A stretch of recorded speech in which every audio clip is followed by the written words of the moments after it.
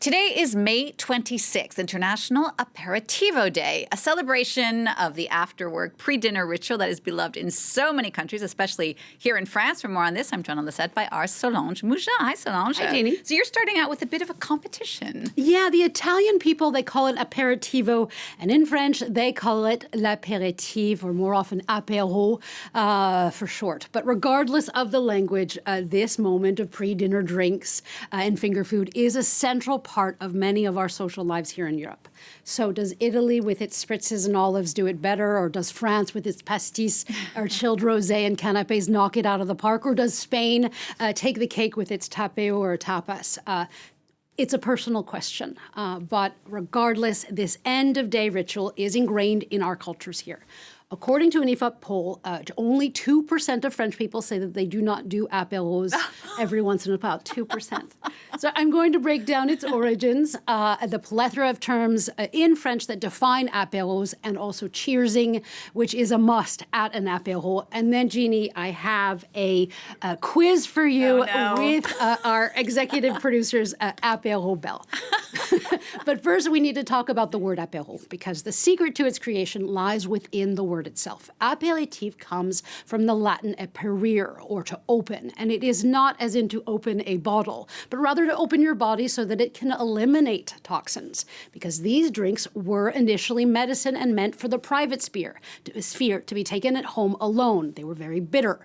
In the Middle Ages in Europe, there was a tradition of monks distilling herbs in wine to help a variety of ailments, and these concoctions would work best if you drank them on an empty or open stomach.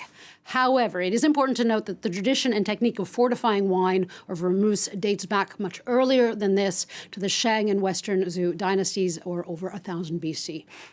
So Italian and French monks in the Alps, they were distilling with herbs like anise, absinthe, gentian, gentiane in French. But the knowledge came from afar and would also travel afar with, for example, the French chemist Joseph Dubonnet inventing a vermouth with the plant quinquina, which, thanks to quinine, helped combat malaria.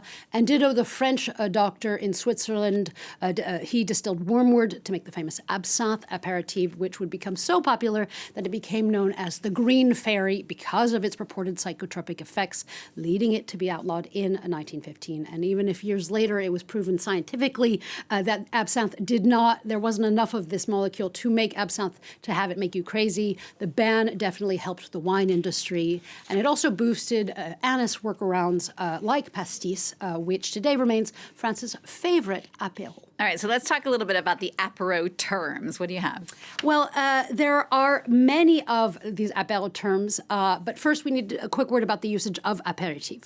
When discussing the ritual, this moment anywhere from, say, 5, it's a bit early, to 8 p.m. in France. Never too early. Never too early, yeah. But always in moderation. In France, people say apéro, as in it's apéro time. Let's go for an apéro. This refers to the moment, as well as the drink or the drinks that you will have. If someone uses the term apéritif, then they are likely referring to the actual drink, as in, what apéritif would you like, a Kir Royal or a Spritz? Now, as for the other terms, there's something called apéro dînatoire, and it refers to when your drinks extend into a longer, more filling meal, and dînatoire.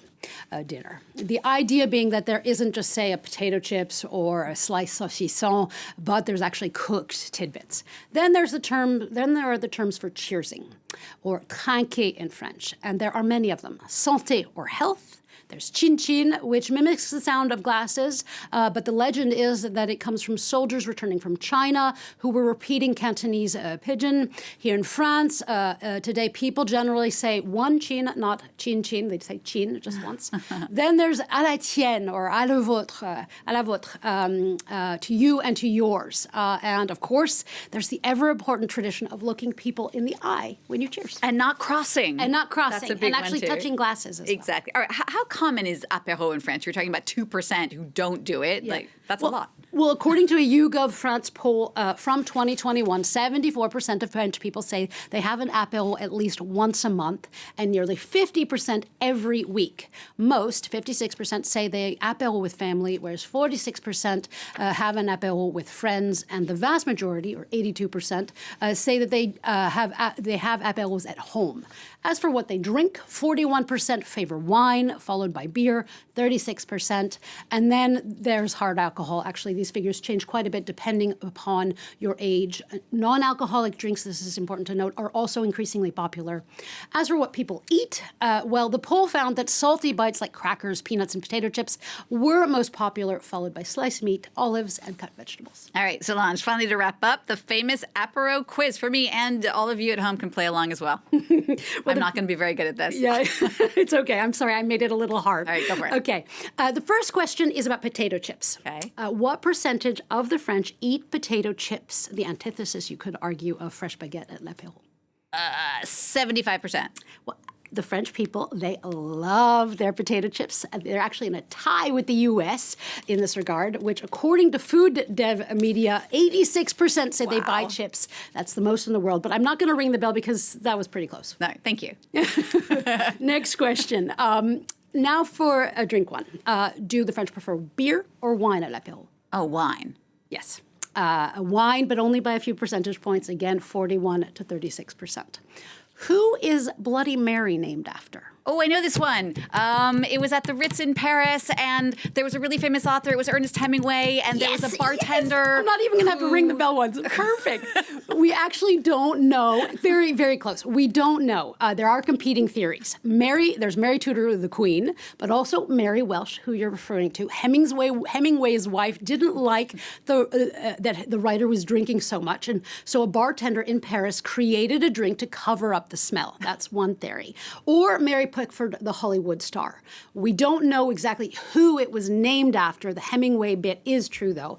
And it is, despite its English name, a Paris concoction. And apparently he would say Bloody Mary. And that's why when he would drink it. Anyway. Final question. Yes. What is Floc de Gascogne?